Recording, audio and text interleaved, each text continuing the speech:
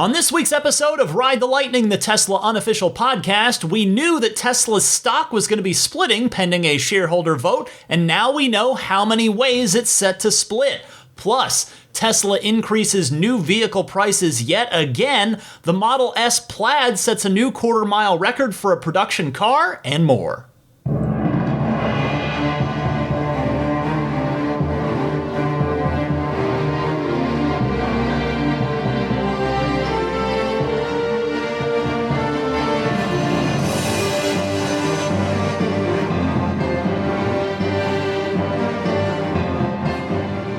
What's happening, friends, alongside Daisy the Boxer? I'm Ryan McCaffrey, and this is Ride the Lightning, your weekly Tesla unofficial podcast, episode 359 for June 19th, 2022, aka Father's Day here in the United States. I want to wish all of my fellow dads out there a wonderful day. I hope you're getting some time with your family and getting to do something enjoyable, whether that's a family activity, whether that's listening to the podcast, whether that's going for a drive in your Tesla, whatever the case may be, I hope you are having a good one today.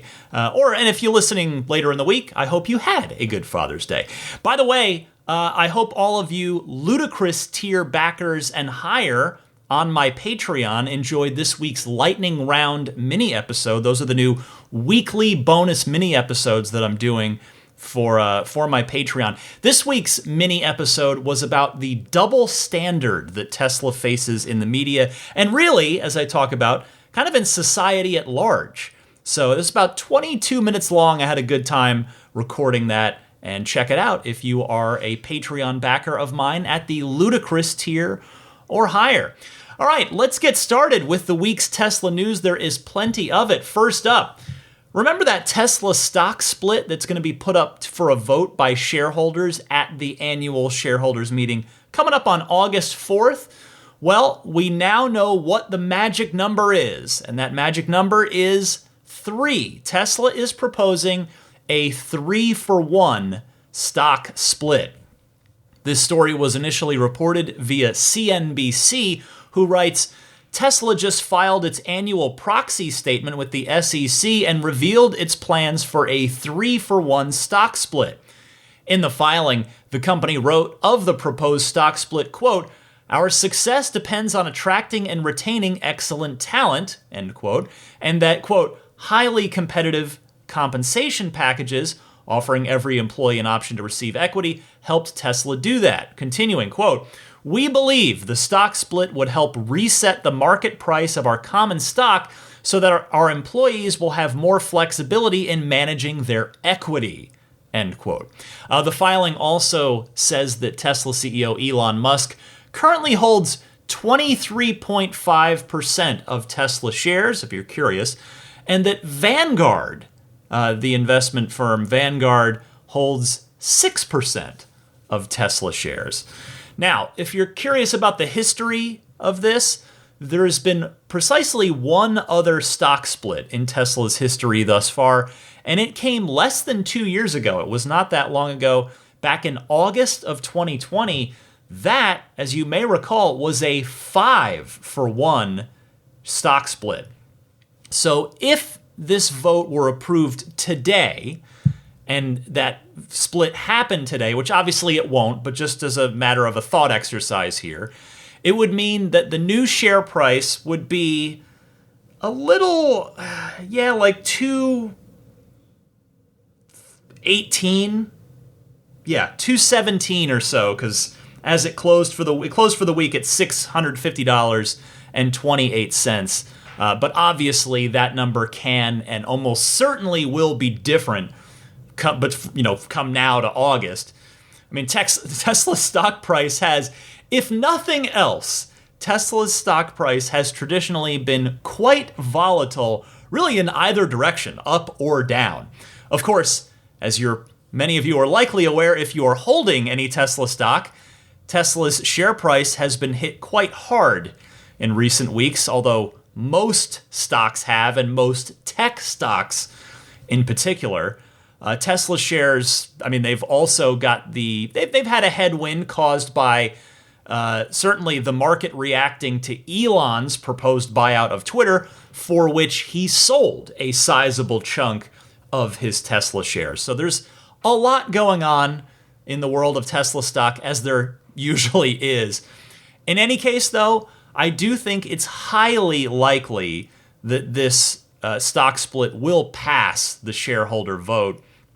And if and when it does, my hope is that this allows more of you out there who are interested in picking up a share or two or more as, as fellow people who believe in this company and its mission. It will allow those of you who want to get in on the company to get in on the company, even if it's, one share, more of almost a ceremonial thing than anything else. But, it's the more people that have the opportunity to get access to the Tesla shares, the better, in my opinion. Also, speaking of that previous Tesla stock split, you may remember that directly, like immediately after that split happened, the Tesla share price went on an absolute rocket ride upwards, as if it was hitched to a Falcon 9 rocket from SpaceX. No one can predict the future, but I think that's probably unlikely to happen again here. Again, assuming this vote does pass to split the stock in August, if for no other reason than, well, the pretty big one, that there are macro forces, i.e. we are currently sitting in a great time of economic uncertainty. There are fears of a recession that I think are probably pretty likely to keep the price tamped down. But still, here's hoping that it ultimately leads to more good things for Tesla and for Tesla shareholders. Next up this week, Tesla has raised their prices yet again, and the increases are significant this time. All 4 models did see a price increase, but not every variant within every model. So with regard to the Model 3, the base Model 3 unaffected, the performance Model 3 unaffected, but the most popular of the Model 3s, the long range, has been increased by $2,000. The starting price for that vehicle is now $58,000. The Model Y long range, not just the most popular Model Y, but the most popular Tesla period, that has been increased by $3,000 for a new starting price for the Model Y long range, $66,000. The Model Y Performance also increased $2,000 there for a new starting price of $70,000. And by the way, if you're curious, because I was, as I was just poking around with this, if you want to max out a Model Y now, meaning red paint, and of course you're getting the performance version with red paint, white interior, the tow hitch for $1,000, and full self-driving for $12,000, a Model Y Performance now maxes out at $86,000. How about the S and the X? The Plaids were not affected here, but each of the long-range S and X were. So for the Model S long range, another $5,000 increase, pushing the starting price of the Model S to $105,000. My goodness, that is significant. The Model X long range, meanwhile, goes up $6,000, now starting at $121,000 for the new Model X. And if you're curious, a fully loaded Model X, because this is going to be the maximum you could possibly spend on a new Tesla today, a fully loaded Model X with red paint, white or cream interior, which is a $2,000 option, and FSD will now max out at $161,000. Side note to this, by the way, I've got to figure a couple things with regard to the next couple of vehicles coming down the pipe. One, there's going to be a much bigger gap between the Model X Plaid and the new Tesla Roadster, which is a supercar. So I just think there's no way the Roadster's base price is going to be $200,000. Now, we've been thinking that for a while because Tesla pulled down the pricing off of the Roadster page. You can still make a reservation for a Roadster, but a price tag is no longer given to you. So I can't imagine that's going to be $200K. And the Founders Series, which had been a $250,000 vehicle and a $250,000 deposit, I also don't think that's going to stick. Now, I mean, is Tesla even going to offer those anymore? Are all 1,000 of them sold out? We don't know, but you currently cannot put down a deposit. You cannot put in a reservation for a Founders Series Roadster.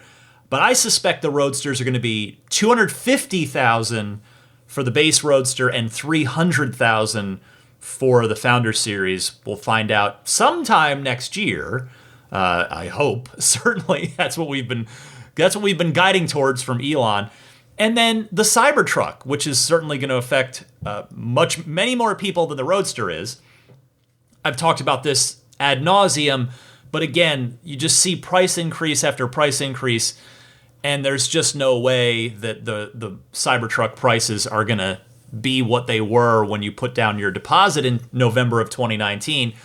So yeah, I think we're probably looking at $65,000, possibly even $70,000 for the dual motor, and I think we're looking at $90,000 and possibly more, maybe $95,000, maybe even $100,000 for the quad motor variant of the Cybertruck. I hope I'm wrong. I hope I'm overshooting that. But again, you just read the tea leaves in front of us here, and these prices are just surging upwards, and we are still a minimum of 7 months away from initial production of the Cybertruck, possibly 8, possibly more months. So again, I would brace for the worst, and if it's not that bad, then maybe it'll feel a little bit better when you're invited to configure and purchase your Cybertruck. But and really, let's look at a couple of other things here, and that is the amount that the prices have increased in a relatively short amount of time.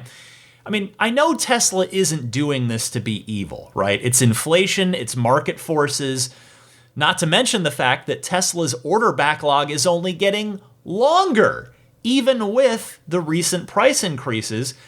But my goodness, just look how far we've come in a not good way in such a short amount of time. The Model Y long range, just a couple years ago, bottomed out at $48,000. That Model Y is now $18,000 more than that. That is crazy. For the same vehicle, really nothing about the vehicle has changed. The only difference between a 2022 Model Y ordered today at this new price at $66,000 and one ordered 2 years ago is, well, okay, the Octovalve is one, and the other thing being MCU3. That's really those are the only two things you can point to. And those two things are certainly not $18,000 worth of upgrades, in my humble opinion. Let's look at the Model S. The new Model S, again, same car, $80,000 if you ordered it right when the new Model S was unveiled. It is now $25,000 more than that for, again, effectively the same car. You get a tilting screen now, and you get new taillights and a slightly, refreshed trunk lid design with that Tesla belt line being taken out, or at least minimized. So just unbelievable, the price increases. And I imagine the only people smiling at these prices, and again, I don't say that as if they're smiling maliciously like the Cheshire Cat, but I have to think that the only people able to take any amount of satisfaction out of this are existing owners of recent vintage Model 3s, Model Ys, and the new S and the X, because the value of your car, if you are one of those people on the secondary market, is probably going up again, not just because of the price hikes on the new cars, but in combination with the availability too, supply and demand. The wait time for a new Tesla is so long, particularly with the S and the X, and the price is so high that, again, those recent vintage Teslas, if you want to buy one right now from somebody on the secondary market, that car is going to command a high price on that secondary market. So I say this every time, I hope we're done with the price increases, because I want Teslas to be accessible to more people. And the way to do that is not through increasing prices. So I do hope we've seen the final price increase. I dare not say ever, but at least for the foreseeable long, at least till the Cybertruck comes out. I mean, I hope. My goodness. Ugh. All right, well, in better news, the Model S Plaid has set a new production car quarter-mile record.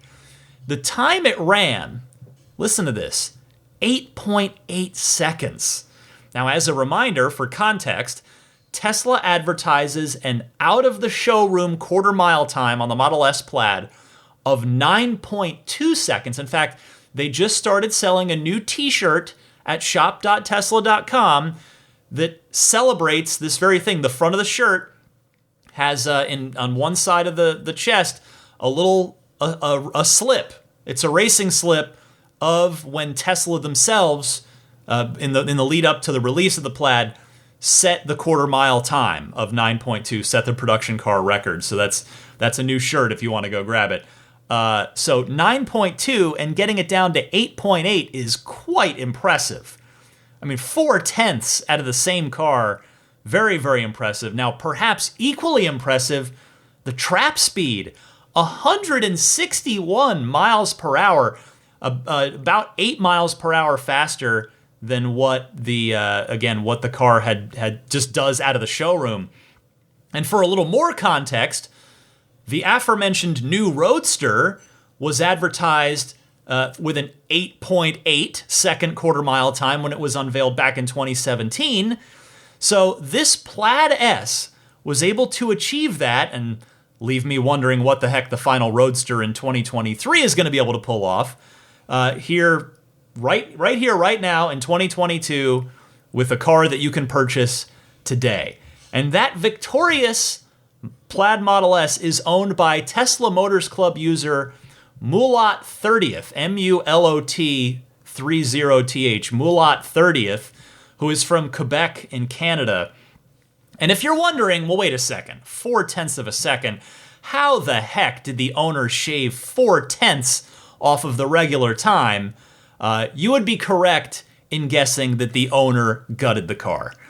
The owner detailed that to Drive Tesla Canada, who explained in their news post about it, to achieve those times, the owner says there were no modifications to the powertrain or ECU, but it did have, quote, some serious weight reduction while keeping full stock exterior appearance, door handles, and windows/power windows.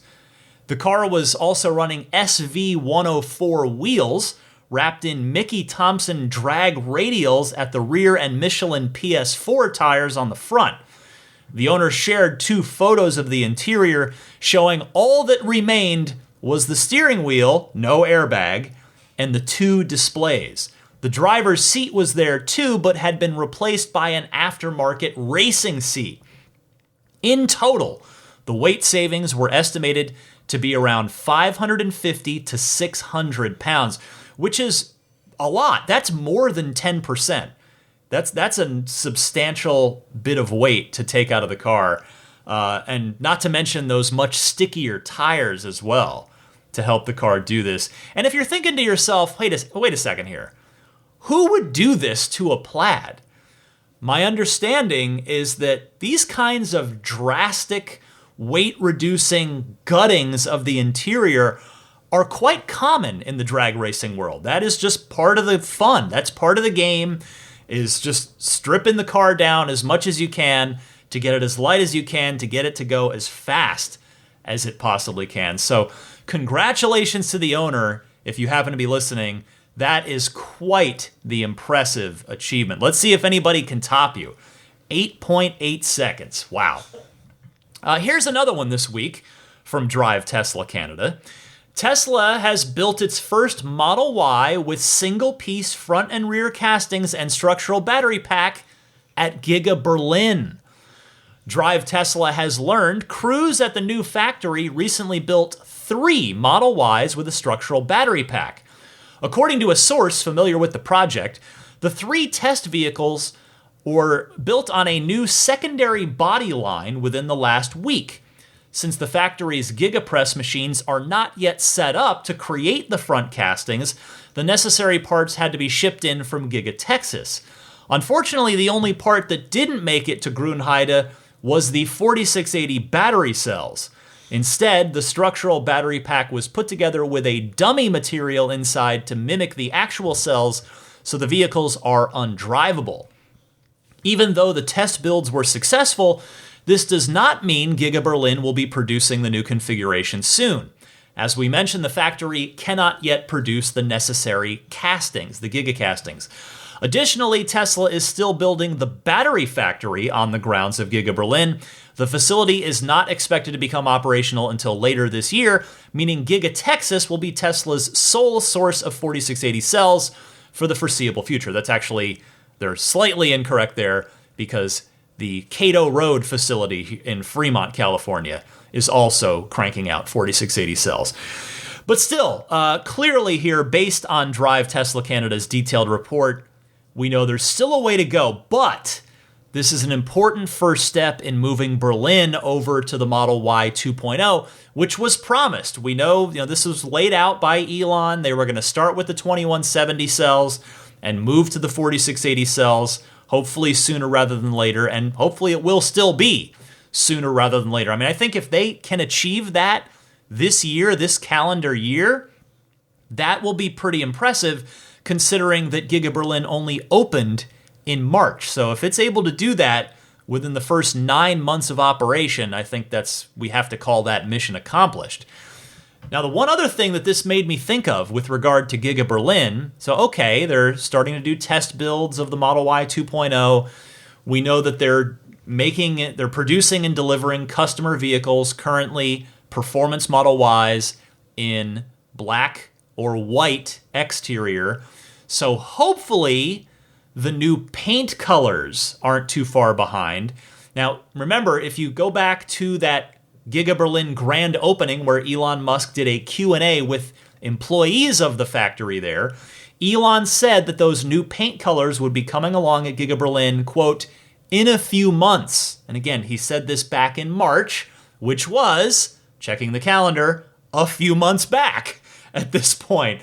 So I would now venture to make some educated speculation that we're probably, maybe, I don't know, I'm leaning towards that we're not going to see those new paint colors for at least a few months, as thus far, as I mentioned, Giga Berlin's only been doing black and white. They're proceeding very deliberately as they ramp up production there.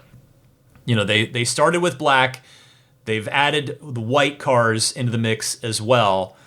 I would expect then they would then go to Midnight Silver Metallic, because that's the other free color and thus is going to be probably one of the more commonly ordered ones. Then blue, and finally multi-coat red as the most expensive option. Unless, and I would like to hang a huge asterisk on this, in all caps, unless what I have previously theorized turns out to be true. And that theory is that the 3 new paint colors, which again to remind you are Mercury Silver Multicoat, Abyss Blue Multicoat, and Deep Crimson Multicoat, turn out to be replacement colors for Midnight Silver Metallic, Deep Blue Metallic, and Multicoat Red, respectively. That is what I believe will happen. I said that before. I don't think it makes sense to have 3 additional colors, particularly when it would be you'd have 2 silvers, 2 blues, 2 reds. I think it probably makes more sense that these new colors would replace the existing silver, blue, and red. But we'll see what happens. What we should find out if I'm right, I think, again, probably sometime in Q3. I don't think it's going to be, Q2 is almost over, so that's not hard to predict there. But maybe by the end of Q3, we'll have a good answer there. Now, whenever these new paint colors do arrive, they will be the first new colors that Tesla has introduced since, and I had to look this up because I was testing my brain. I was like, all right, when was the last new color introduced? Turns out it was titanium silver metallic in 2015, which, if you're not familiar, because it's entirely possible that you've never seen titanium silver metallic because it was pretty short-lived, but it's a champagne color. I think that's a fair characterization of it. You can look at it. Go ahead and Google it if you want to pause the podcast, or just while you're listening, just Google it and you'll see for yourself. It's a champagne kind of color. You'll see some Model S's out there with it. Probably fewer in my experience, fewer X's. Most of the time I see that color, it's a Model S. There's a once in a blue moon I'll see an X in that color. But in fact, the Model S P85D that I reviewed for IGN, my day job, back in 2015, which, by the way, that predated the podcast by a few months. I would start the podcast in August of 2015. I reviewed the car in June, I believe, June or July of 2015. No, it's May or June, somewhere in that, just a few months before I started the show. Anyway, the point is, titanium silver metallic did not last long. Probably because it just wasn't that popular. That's most likely why Tesla cut it at the time. It was discontinued before 2017 came around, so it did not last too long. So these three new colors would be the first in quite some time. Next up this week, TeslaOracle.com is where I first saw this, so I'd like to tip my cap to them. But the story ultimately comes via Tesla tire guru Ian the Mad Hungarian Pavelko, and yes, that's his own nickname. He puts that out there on Twitter. But Ian is an absolute sweetheart of a guy. He works in the tire and wheel industry. He just knows everything about tires and wheels. So I have asked his advice before about tires and wheels. The guy, yeah, he's a savant when it comes. He's just got all that knowledge in his head. And he has learned that Tesla has now switched over for the Model 3 with the base 18-inch aero wheels, rather than the Michelin Primacy MXM4 tire that's been on it the entire run of the car since 2017. Tesla now switching over to the Hankook. Is it Hankook or Hankook? I think I might be mispronouncing that, so my apologies if I am, but I'm going to go with Hankook Kinergy GT. That is the tire. And as Ian points out, the only difference between the two in terms of their functionality is the load size. Ian notes that the load index on the Hankook is a standard 94, not a 98XL that the Michelin is. Now, the tread wear rating, I did look this up, the tread wear rating on the new tire is about 9% better, 540 versus 500 on the Michelin. Ian says, as to why Tesla did this, quote, "I'm thinking it may have been a rather sudden switch due to supply issues of the MXM4, and I'm sure he's probably right about that." Now, at worst, this appears to be probably a lateral move for customers because it's the tread rating is a little higher. The tire rack rating is a touch lower, 3 stars instead of 4 for the MXM4, although, that can be subjective. So seems like pretty well a lateral move. Maybe it's slightly better with that tread wear being a bit longer, but Ian did say when he was asked if, hey, have you tried these? What do you think of them? He said, quote, "Never tried them personally, so I can't comment directly. Reviews out there across different applications seem to be mixed." Now, these new tires do have the noise suppressing foam that you want in an EV tire. So the good news for those of you taking delivery of a Model 3 coming up soon with the 18-inch wheels is that you'll be able to run these for 20, 30 plus thousand miles, see how they go, and then you can always switch over to the Michelins when it's time to change your tires. If you don't like them for whatever reason. And for those of you existing Model 3 owners who have 18-inch wheels, you now have another option available to you the next time you need tires. If you're not happy with the Michelins or just want to try something else. So this is, I mean, I know this might seem like, well, Ryan, why are you talking about this? This seems like a pretty minor thing.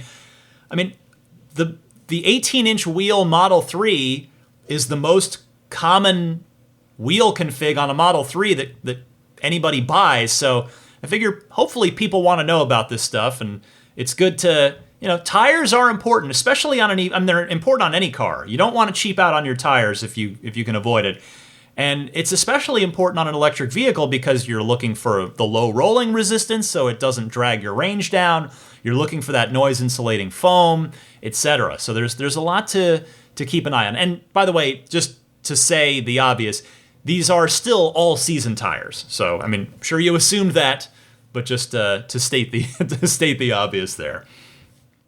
Got a couple more stories still. The first of those is this: big news for a few key right-hand drive territories. The Model Y is now available in Australia, New Zealand, and Japan. Elon acknowledged the strong response to this on Twitter this week, where he said, quote, "We're working on accelerating right-hand drive Model Y production. Didn't expect demand to be so high," he adds with an exclamation mark. So clearly these cars will be coming out of Giga Shanghai, as that is by far the closest factory to all three of those countries that are just now getting the Model Y. And in all three of those territories, there is a rear-wheel drive standard range version along with the long range. Now, we know that those are 2170 cell cars, Model Y 1.0s, and thus presumably those standard Model Ys are going to use the LFP battery pack, again, out of Shanghai. We know that Shanghai, a lot of the cars there use the LFP pack. Matt in New Zealand, a listener, well, actually, I should say hopefully he's a listener, but he noted on the Tesla Motors Reddit that, quote, including the Model Y rear-wheel drive with the LFP pack, which is under the government's rebate limit. I think New Zealand may have the cheapest Model Y in the world now. Before tax and the rebate applied, a Model Y can be obtained for around $38,000 US in New Zealand. So that's pretty awesome. Congratulations to New Zealand, and really congratulations to Australia and Japan as well. I mean, this is fantastic news for those three countries. I mean, I know I've got plenty of Australian listeners out there because I hear from you often. And I know I've got some New Zealand folks too.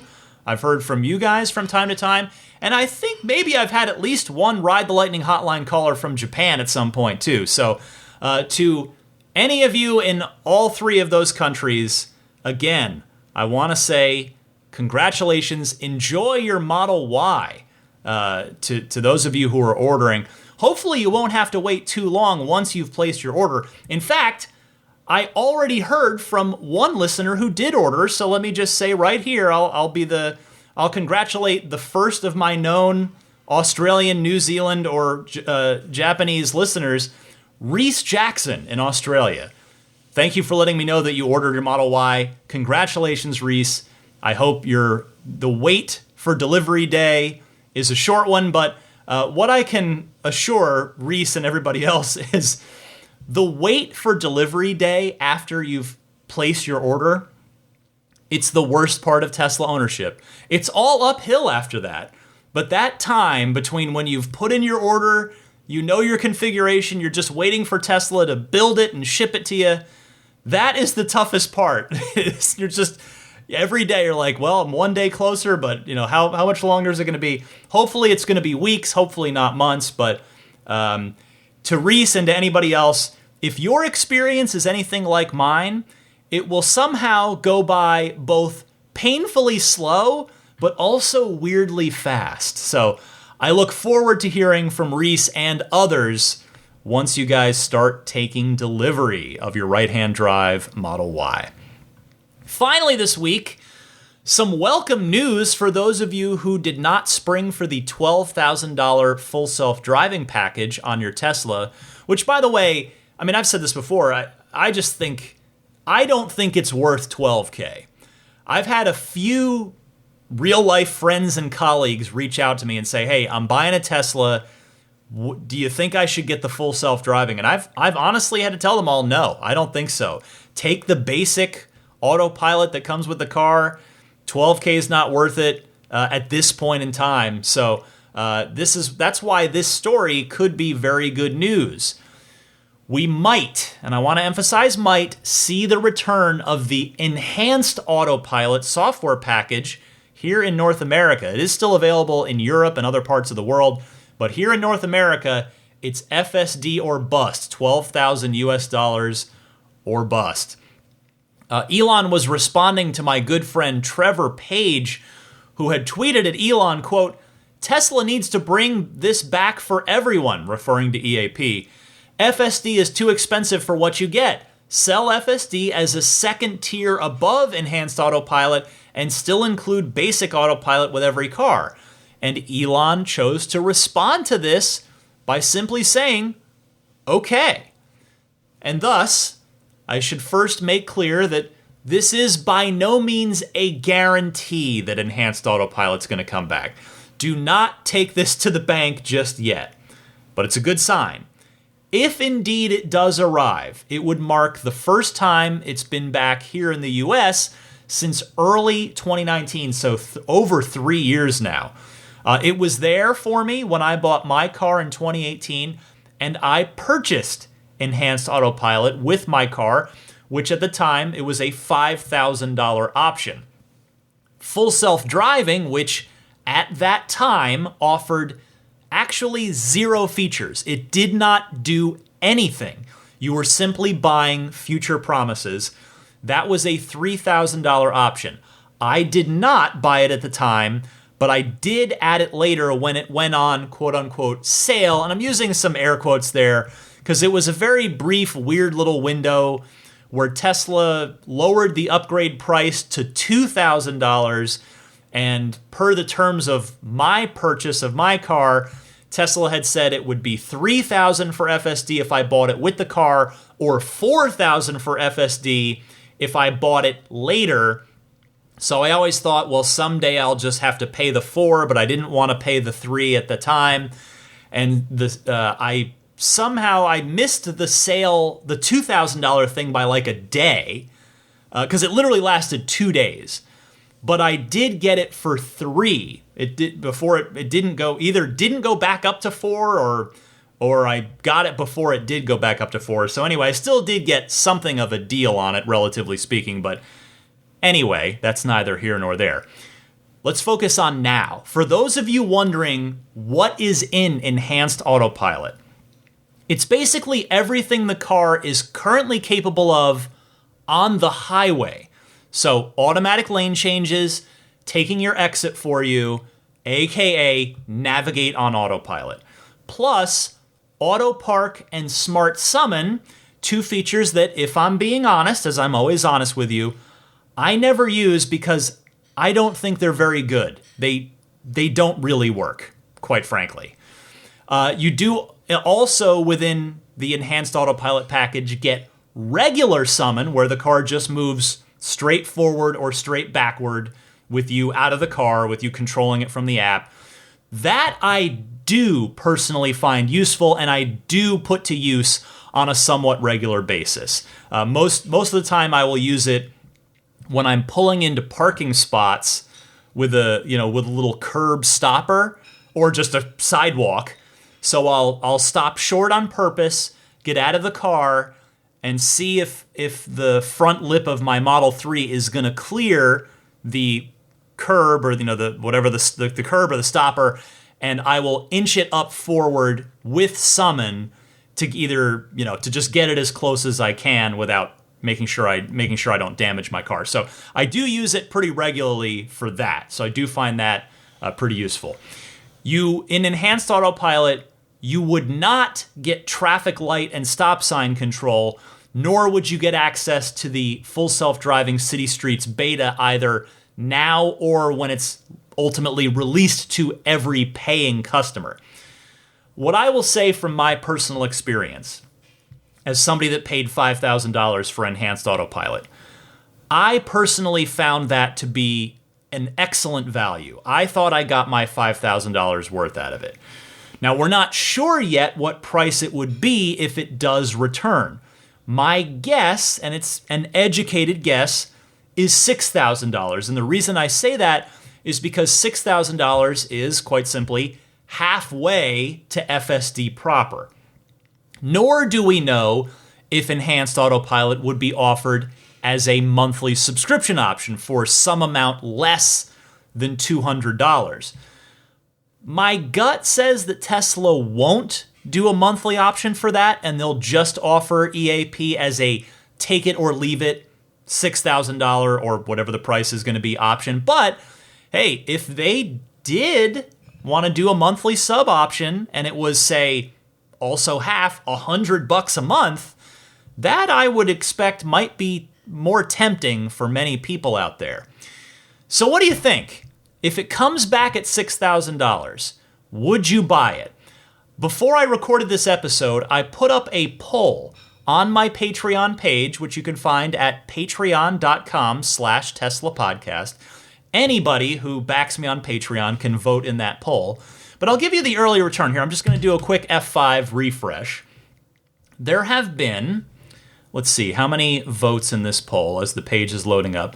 All right, there have been, it's a moderate sample size of those of you out there. So 38 votes, and it's pretty heavily yes. I mean, it's 22-16. So what is that's roughly a 60-40 or so split on that. So seems to be that $6,000 would be welcomed by a lot of you out there. We'll see what Tesla does. Again, if this is Elon literally just typed okay. It doesn't necessarily mean it's coming back, but I do hope it does, because that would be a good option for a lot of people, I think, because $12,000 is a bridge. I mean, I've talked about this before. I don't need to repeat myself. A $12,000 option on a, $50-something thousand car in the case of a Model 3 on average, or even a $60-something thousand car in the case of a Model Y. That's, you're talking about a significant increase in price off of your car just for that software package. So $6K would be good, I think. I hope it happens. We'll see. All right, that is everything I've got for you in the world of Tesla news for this week. But stick with me. Plenty of your excellent Ride the Lightning hotline calls are coming up right after this.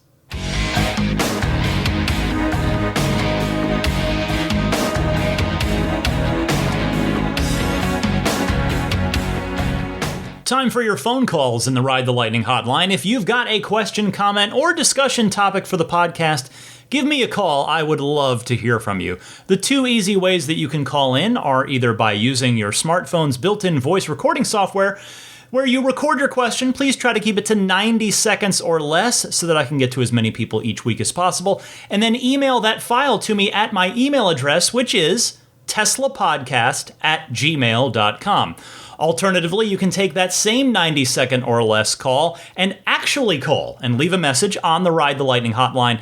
The toll-free number that you can dial anytime, day or night, is 1-888-989-8752. Again, that's 1-888-989-TSLA. And if you know someone special with an upcoming birthday, anniversary, graduation, or some other special occasion, you can give them a unique gift of recorded voices from friends and family telling them why they're special. The recordings can be podcasted or put onto a keepsake. Visit lifeonrecord.com to learn more. Let's kick it off with Damon from Northbrook, Illinois.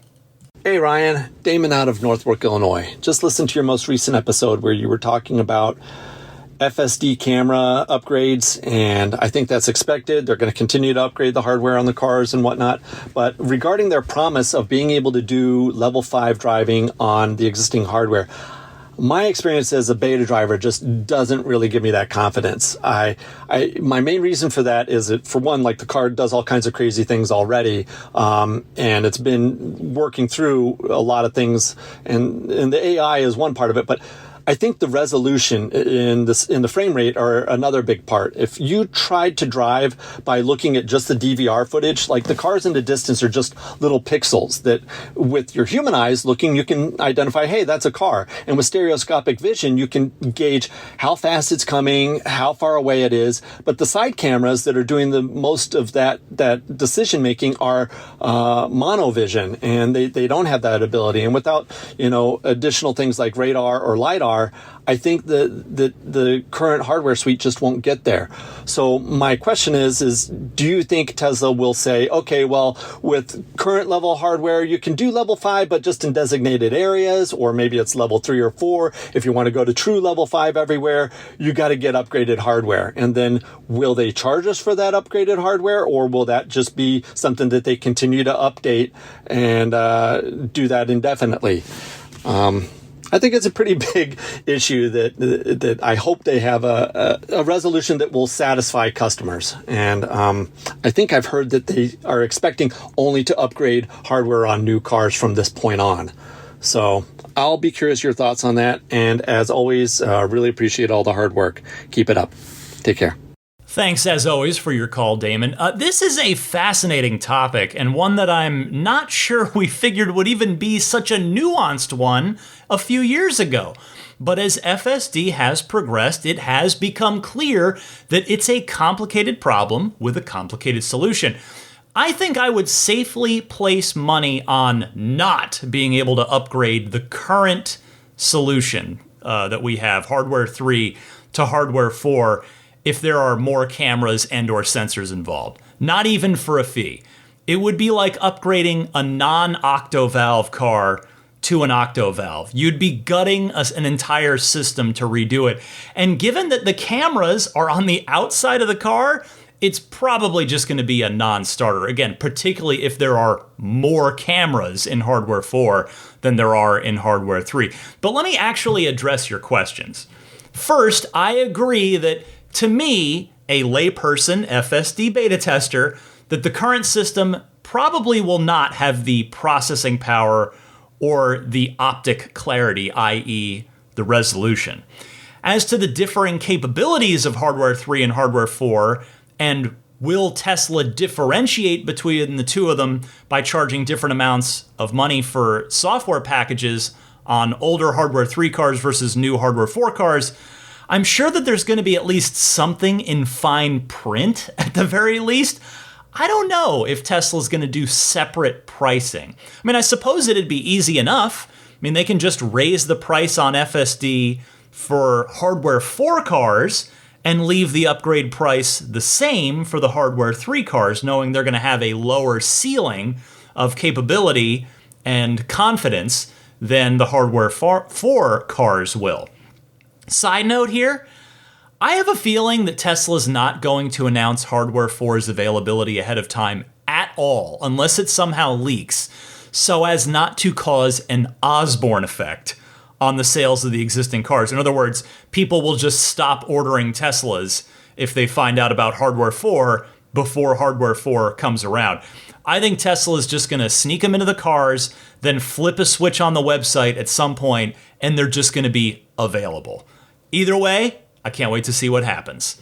Thank you, Damon. Next up, Peter from Amory, Wisconsin. Hello, Ryan. This is Peter from Amory, Wisconsin. I hope all is well. So our 2021 used Model Y that we recently got, it said that it came with full self-driving, and we've been playing around with some of the features and settings, and I have to admit that I am not entirely sure of truly what full self-driving entails and what the difference is between, say, auto steer, autopilot, full self-driving, all these things is. I know that there's that full self-driving beta. That's something that you can I guess, be a part of if you drive well enough. So if you could go into maybe a little bit of a description of what all those differences are, how to know what you have, that would be much appreciated. I know that you've covered a lot of this on your podcast, but now that I actually get to physically experience a lot of these things, I feel like I have more questions. And of course, if you have any videos or not documents, but like articles or something like that you can point me to also further elaborate, that'd be much appreciated. Much appreciated. Thank you. I hope my call makes sense, and have a wonderful rest of your day. Bye-bye. Hi, Peter. Well, your timing is good given the Enhanced Autopilot topic this week. So you heard all about that earlier in the podcast, and what I can add for you is that the basic autopilot that's been included in every new Tesla for the past 3 years is just auto steer and traffic adaptive cruise control. In other words, the lane keeping plus the auto maintaining of the distance you've chosen behind the car in front of you. It doesn't do any lane changes, it doesn't do summon, auto park, or any of that other stuff. What you get included with the base price of the car is basically just cruise control on steroids. I think that's a good way to look at the basic version of autopilot. Now, as it stands when I recorded this, just in case by the time you hear it, Tesla has added Enhanced Autopilot again, the $12,000 FSD package included everything else. That's got everything from everything I talked about with Enhanced Autopilot to also the stop sign and stoplight recognition on city streets, actual coming to a stop at red lights and stop signs automatically, and then once it rolls out to everybody who paid, the FSD beta, City Streets FSD beta, of making turns and changing lanes automatically on city streets too. Plus, Smart Summon and Auto Park. So hopefully that helps break it down for you a little bit more. I know there's kind of a lot to keep track of and what's in which feature set there. Thanks for your call, Peter. John from Western Massachusetts is up next. This is John from Western Massachusetts. First, I want to thank you for the recent shout out about my call.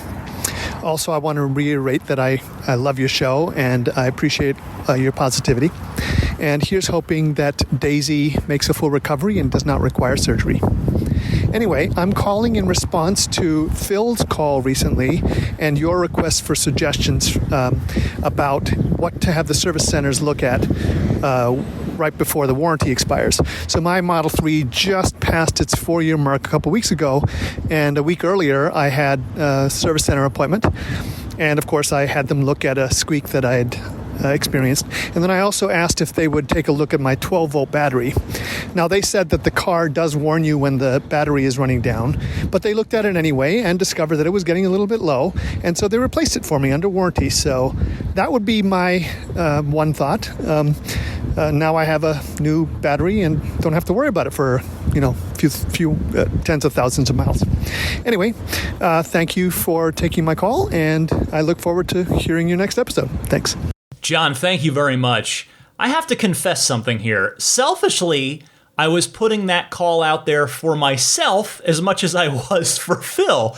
And honestly, I know there are going to be a lot of people in that same boat as 2022 rolls on, because 2018, specifically the second half of 2018, was when the Model 3 hit volume production. So this is for all of those folks out there too. There are going to be a lot of us coming up on the expiration of our warranties very soon. The 12-volt battery suggestion is a really good one. I'd be curious to know if you've ever had to replace it before, John, as I've had one of them go on me so far. Now, for those of you that are newer listeners, the quick version of the story is mine gave me the replace 12-volt battery warning message when I was already at the service center getting my full self-driving computer upgrade. So I was very lucky, and they just swapped it out for me on the spot. So I can tell you, John, that inspired partially by your call, I made a service center appointment for this week to get an alignment, which of course is not a warranty item. I got to pay for that. But that's supposed to be done every 2 years, and the car's turning 4. Plus, I'm going to have them replace, just while it's there, the windshield wiper blades. I mean, that's a thing I could technically do myself, but while it's there, have them do the windshield wiper blades, because that's also supposed to be every other year. Along with, I'm going to have them check the 12-volt battery, thanks to you. That's a good, again, great suggestion. I'm also going to have them replace the cabin air filter, which admittedly, I don't know if that's going to be covered under the warranty or not, but it probably needs to be done regardless. And then the other thing I want to have them do is check the upper control arms, since those seem to be a somewhat common service item, particularly on Model 3s around the same build window as mine. I've heard a lot of people have had to get those replaced, and I would very much prefer to have that done under warranty if in fact it needs to be done, or at least have it documented under warranty so that if it comes up after warranty, maybe there's a chance they would take care of it. But in any case, thank you again for your great call, John, and for your kind words as well. Daisy, thankfully, seems to be doing great. One more call this week. It's going to be from Ben in Carmel, Indiana, responding to one of this week's topics, the possible return of Enhanced Autopilot. Go ahead, Ben. Hey, Ryan. This is Ben from Carmel, Indiana. So I was just seeing the news that Elon was going to bring back Enhanced Autopilot as an option. I was thinking about it for us 2018 Model 3 owners and any other vehicles owner before they had the Autopilot as a free option. You'd have to pay for it. I was wondering, do you think now with Enhanced Autopilot coming back that they would make Autopilot like a free option for us earlier adopters? Just curious what you think. Thanks so much for all you do. Love the podcast. Bye. Hey, Ben. Well, this is a perfectly reasonable question, but I'd honestly have to say probably not. Tesla has kept people in the buckets they were in when they bought their car, so I suspect they're not going to just unlock basic autopilot for anybody with a 2018 or a 2017 Model 3. If they were going to do that, I think they probably would have done it already, and I doubt the tiering would have stopped them at all. Now, I'd love to be wrong about this, believe me, and again, hopefully one way or the other, we'll find out soon. Thank you, Ben. Thanks to everybody who took the time to call in. I promise I will get to more calls on next week's show. If you'd like to call in to respond to something I said in the news block of the show or respond to another caller, I gave you the call-in information at the top of this segment. But I am not done yet. There is more Ride the Lightning for you. Stay with me right after this.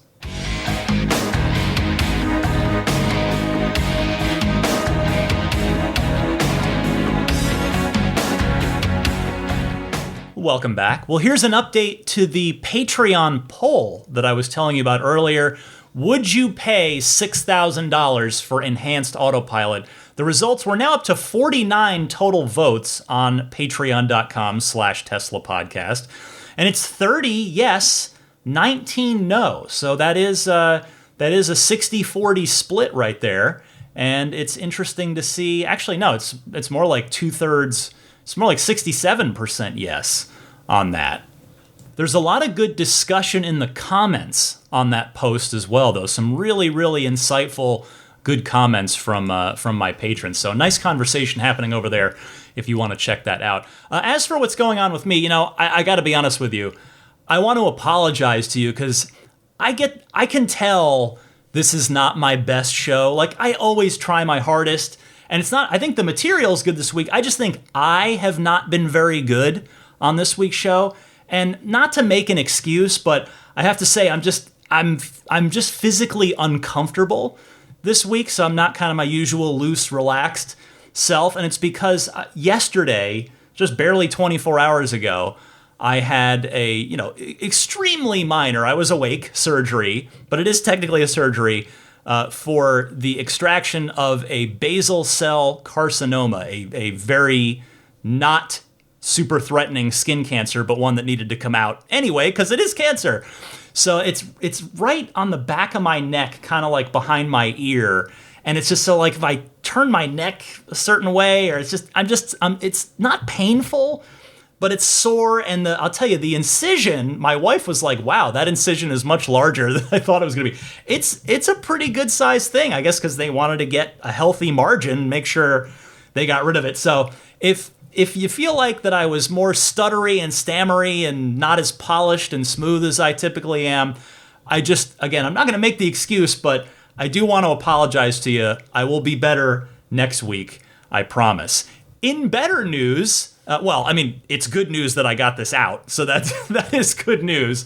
But in also good news, I finally got my windshield replaced by Tesla this week, and it was not without a little bit of, drama is maybe not the right word, but maybe a little, it wasn't smooth. It wasn't a smooth process, let's put it that way. And I will say, the actual work looks perfect. I inspected the car physically. Everything was, I did have to kind of press down on the trim, the plastic trim down at the base of it, and just kind of press everything into place. It wasn't quite perfect there, but that's fine. That's no problem. But everything looked good. There's no wind noise when I'm driving, so it seems like a clean install. And interestingly enough, I did not have to recalibrate my autopilot cameras. The first time that I had to replace the windshield, which was about 6 months after I got the car, I did have to recalibrate. I don't know if it's a hardware 3 thing versus at the time I had hardware 2.5, or if maybe Tesla drove it around and calibrated it themselves. I don't think they did, but in any case, that was nice to just have autopilot and the FSD beta available to me right away.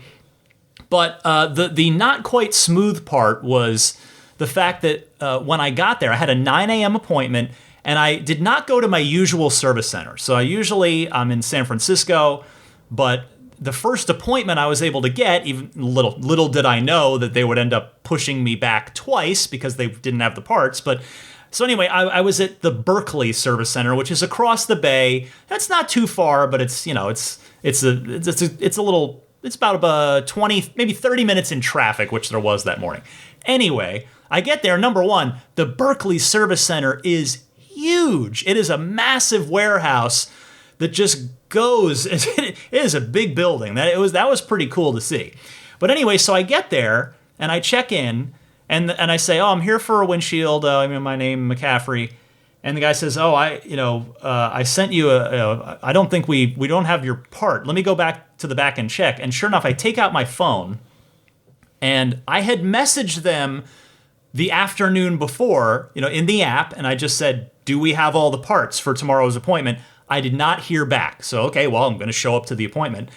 And 10 minutes prior to the appointment time, so as I was driving over there, I got a message, which I didn't see until, he was going to the back to check, and I took out my phone to see, and he had put in there, "We don't have the parts, we'll have to reschedule you." So I was fully mentally prepared to not put up a stink, but I was going to complain, respectfully, "Hey, I came all this way over. This is, come on, you can't message me 10 minutes before the appointment and say you don't have the parts." Thankfully, though, I don't know if they pulled someone else's and gave it to me or what happened, but he came back and said, "Yep, we can do your car today." So I was braced for an unpleasant, just frustrating moment of being turned away. I was prepared. Again, I wasn't going to yell and scream. I'm not that kind of guy.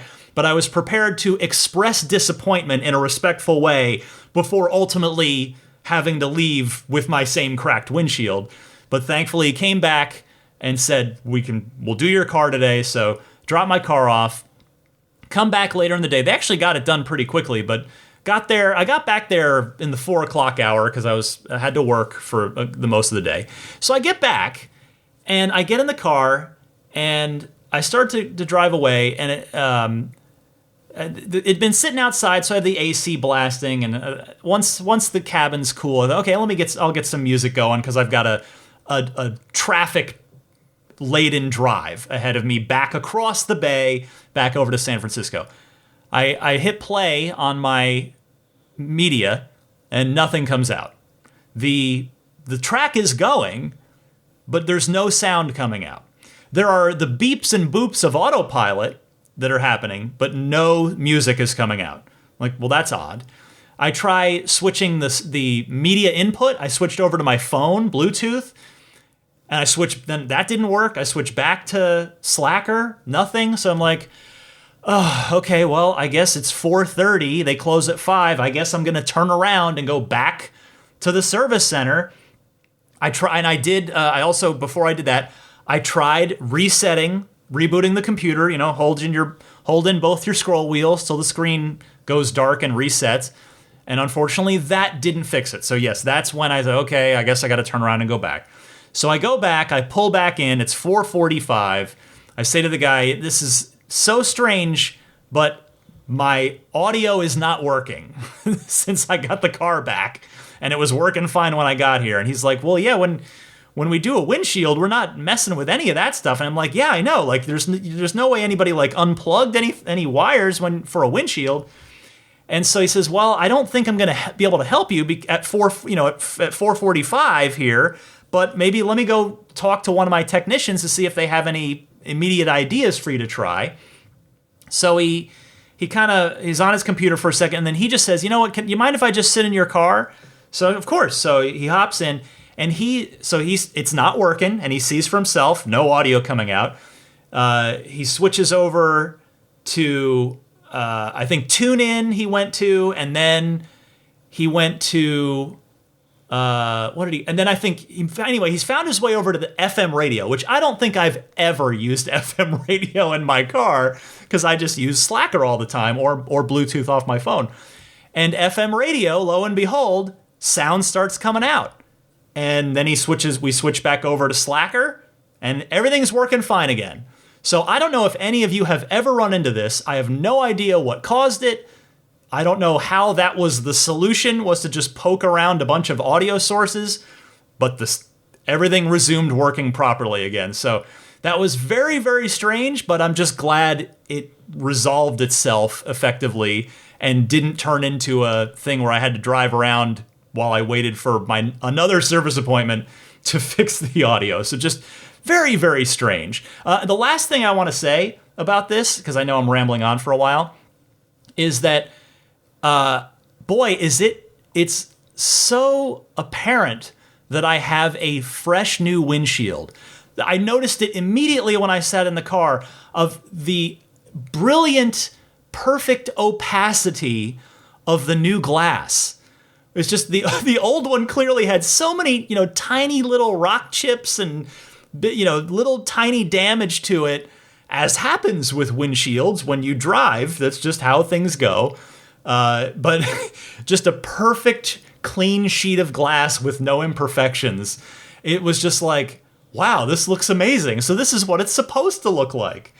Anyway, thank you to the Tesla Berkeley Service Center for taking good care of me on that. All right, time for your pro tip of the week. It comes from regular caller Will from Ancaster. Hey Ryan, Will from Ancaster again. Another pro tip that I stumbled on by accident. This might be in the manual, it might not. I didn't go and check, but I never noticed it before. So on the HVAC system with, I guess, any of the Blade systems, I'm assuming it works with the 3NY as well. I haven't checked on my Y yet. But you have the ability to just tap on the screen and drag the airflow left or right on either the left side of the car or the right side of the car. If you actually choose just one side of the car and two fingers zoom as if you were zooming in on a photo on your iPhone, it actually splits the airflow into two separate airflows on one side of the car, so you can then have it going left and right around you, kind of thing. Which, anyway, I hope that made sense, but it's kind of cool and working. So I discovered it by accident and kept playing until I figured out how I did it. So hope that helps somebody. Thanks. Bye. Thank you, Will. Yes, this is one that us Model 3 folks happened upon a while back, but it's good to put your pro tip out there today because A, I don't think it's detailed anywhere in the car UI for new owners. It's in the owner's manual, but like actually in the UI anywhere, in any of the 4 Teslas. And B, even for veteran Tesla owners such as yourself, if you're upgrading to a new S or X from an older one, this is new HVAC functionality. So I have no doubt that you've helped out a lot of new owners of all 4 Teslas in the lineup with this one, Will. I appreciate the call. And if anybody else out there has a pro tip of the week that they would like to share, please send it in the same way that you would submit a regular Ride the Lightning hotline call, for which I gave you the call-in instructions earlier in the episode. Before I go, let me just mention some friends of the podcast that can probably help you out should you want their help. First up, abstractocean.com, probably the best source of just miles and miles of virtual shelf space of aftermarket Tesla accessories. The best spot you could go to. So whatever you might be looking for, please go to abstractocean.com. You can sort by car, so whichever Tesla you have, just in my case, sort by Model 3. You'll see all the different accessories and aftermarket parts they've got, such as the 4th generation tempered glass screen protectors, the rear footwell lighting kits, the interior lighting kits that are either bright or white or different colors or all kinds of stuff. Just take a look, abstractocean.com, and whatever you decide to purchase, just throw it all in that virtual shopping cart, and then at the checkout, use the coupon code RTLPodcast to get 15% off of your first order. That's RTL Podcast, all one word, no spaces in it. Next up, the snap plate, which you can get at everyamp.com/RTL. That is the front license plate bracket for people like me that otherwise don't want to have a front license plate bracket on there. Just to use a perfect example of this, I saw on a black Model 3 in my neighborhood that I see parked on the street a lot, I saw they had purchased a snap plate, and they used to have they were using the regular, just one that comes with the car, which, Tesla's uses automotive tape to stick to your front bumper, the front fascia. And the reason I know this is because it had left behind, I don't know if it had actually taken paint off, but it had absolutely left behind tape residue. They'd installed the snap plate, so it was on there nice and clean, their front plate, but left behind in the same, in the exact spot where the license plate would go was a square of tape, of like a residue. And you can avoid that entirely by just going to everyamp.com/RTL. They have the snap plate for any of the 4 Teslas. And again, it can come on and off securely and without leaving anything behind, whether you want to, put it on for when you're parked at a parking meter or going through a toll plaza or bridge. You can take it off for when you're cleaning and detailing the car, take it off for car shows, Cars and Coffee, that kind of thing. So don't miss that.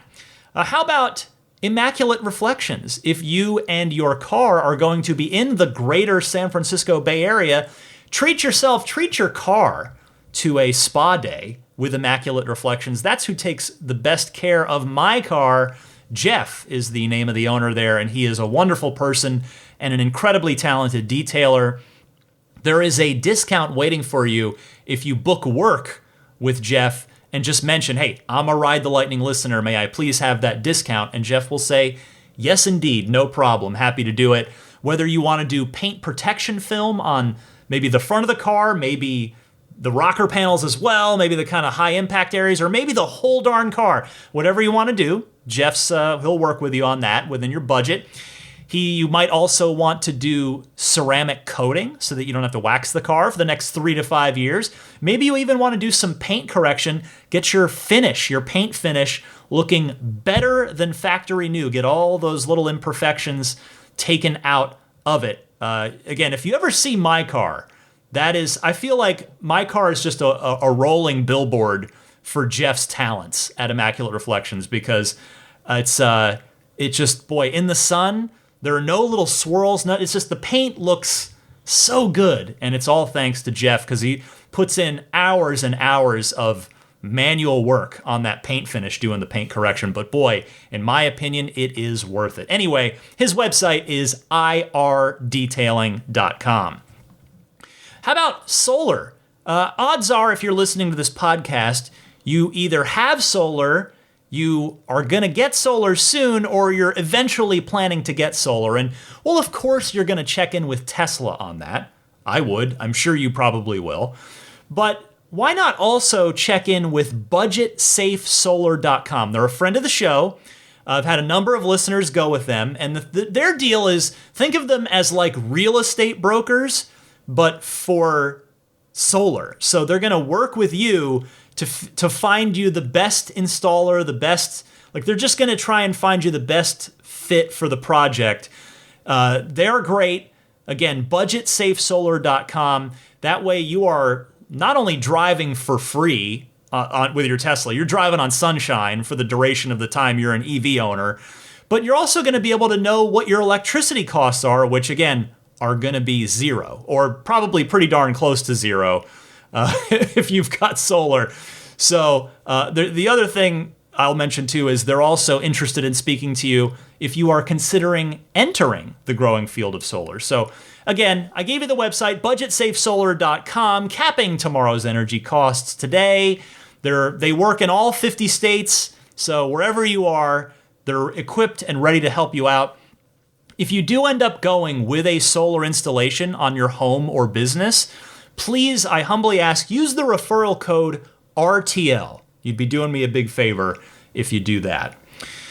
PureTesla.com/RTL, your one-stop shop for your dash cam and Sentry mode needs. They also have the wireless, the slim, low-profile, nice, small wireless game controllers they're going to stash away in your center console very easily. But certainly the star of the show at PureTesla.com/RTL is that micro SD based Sentry mode and dash cam kit. $49 will get you the 128 gigabyte kit. $69 will get you the 256 gigabyte kit. Comes fully formatted out of the package, ready to go. Works with Mac and PC, and it's free shipping in the US too, which is a nice bonus. So just boom, if you're in the US, $49 right to your door, right into your car. Done. I'm a happy customer of theirs. I recommend you do the same. And finally, I'll mention the Patreon here, patreon.com/Tesla podcast. Again, I humbly confessed to you earlier that I don't feel like this was my best episode, not because of the content, but because of me. I think not my best week this week, but I'll be back next week when I'm just back to feeling more physically normal. But in any case, my hope is that on the whole, even if it's not this week, with how much I stumbled and stammered, you're enjoying the podcast. And maybe at some point, maybe this week, maybe next week, maybe next paycheck, maybe next month, but hopefully sometime soon you think, you know what, Ryan, you have earned my monthly support. And the way to support is through Patreon. And that website again, patreon.com/Tesla podcast. Patreon is spelled Patreon. The sport tier, that's $5 a month, and that gets you early access to each week's episode. There's the ludicrous tier at $10 a month. That'll get you the early access and these new lightning round weekly bonus mini episodes. I talked about the DeLorean, the new DeLorean EV the first week. I talked about the double standard against Tesla on this most recent one. I'm not sure yet what I'm going to talk about on the next one, but there's plenty of material out there, plenty of topics to discuss. So I'll be diving in new stuff for you to listen to every week if you're a listener at the ludicrous tier. And then the maximum plaid tier, you get the early access, the weekly bonus mini episodes, and the monthly Zoom hangout as well. So there's hopefully plenty of perks. Oh, plus your name shouted out each and every week as well, which I'm going to do right now. So let me thank, the plaid level has been retired, but nevertheless, let me mention those people who are grandfathered in at that tier. Thank you to George Cassiopo, David Brander, Logan Willis, Jason Chalukas, Tim Hyde, Peter Chalet, Eric Randolph, Dory and Steve Guberman, Jeremy, the Tesla owners of Taiwan, Ron Lee, Charlie Gillespie, David Perella, Dennis Peak, Jeff Angwin, Chase Cabanillas, the Lydia family, Aaron Altschul, Jared Brown, Jerome Strack, Jamie Dalton, the Tesla Owners East Bay Club, Ryan Natchett, Mike and Barbara from Louisville, David J. Howes, Travis Krenzel, Matt Nixon, the Tesla Owners Club of Wisconsin, Jonathan Zalesny, Ish, Not Elon Musk, T. Kirk Lowry, Peter, and the Bear Boys of Colorado.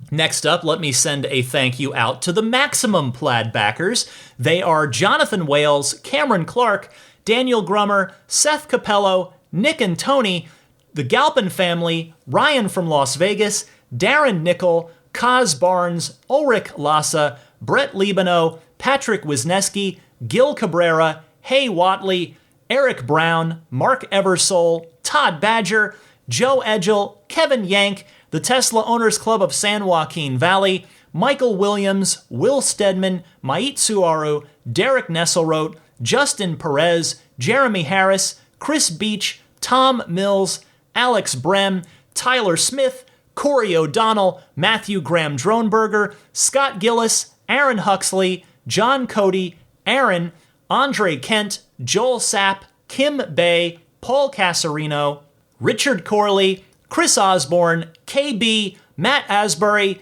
We Drive Tesla EV Luxury Car Rental in Oahu, and HaloBengals.com. Finally, an extra big thanks goes out to the top tier backers, the Roadster and Space tier backers, who, on top of everything else, get a one-on-one monthly Zoom hangout with me should they elect to choose to use it each and every month. Pete White, thank you very much. Lyle Austin, Steve Radspinner, Fernando Cordero, Lawton from Chicago, Sean Neidig, Neil Weaver, Jackson Wallace, Rolf and Jennifer Evers, Howard Anthony Smith, Victoria Iacovetto, Tesla Hitchhiker 42, and Kara Weston. And that will wrap it up for Ride the Lightning episode 359. For a snoozing Daisy the Boxer, I am Ryan McCaffrey. I'm about ready for bed myself. Got to lay on one side. They told me to just stay off the stitches on the other side, but it's fine. No, it's all right. It's just a little sore, and it's not it's not even a thing where I need painkillers or drugs or anything. It's just kind of annoying. That's really all it is, and it's believe me, a small price to pay to have skin cancer extracted and gotten rid of. My goodness. The lesson, honestly, seriously, is go to a dermatologist, because just the quick story, I know if maybe you've already pressed stop, and that's fine. So anybody that's left, the moral is, for me, the lesson I would pass along is go to a dermatologist every year, because I have not been doing that. And I went in because I was having kind of this almost like a rosacea-y thing on my face that seemed to be getting a little bit worse. I'm like, let me just go into the dermatologist. Maybe there's like a cream or something they can give me. It's not a serious thing, but I'm like, let me just go have this looked at. And while I was there for that, she's looking me over the rest of my face and head, and she sees the spot behind my ear, and she's like, oh, that... Not to concern you at all, but this is probably cancer. But not a bad melanoma situation. But we're gonna take a sample of this, and we're gonna make sure. And assuming it is, we'll bring you back and have it removed. So I would not have even known about this. And in this situation, she said this wouldn't have killed me. This wouldn't have been a serious problem. Not for probably, she literally said 20 years. Maybe this would have been an issue. This is not a big deal. But still, again, the moral is just go to the dermatologist, because if I had not, I would not have known about this. So be safe. And the other moral is wear sunscreen, because now I'm making sure. I've always worn baseball caps when I'm outside. I'm a big baseball fan. I have been my whole life. So baseball caps, they'll shield your face from the sun, but not the back of your neck and the behind your ears where my little spot was. So now I'm making sure I sunscreen all those spots when I go out too. So again, be safe out there. Our sun is an amazing thing that makes life on Earth possible, but it's also a malicious ball of fire that will kill you if you're not careful. So be careful. I'm going to be more careful from here on out. Anyway, happy electric motoring, my friends, and I will see you next week.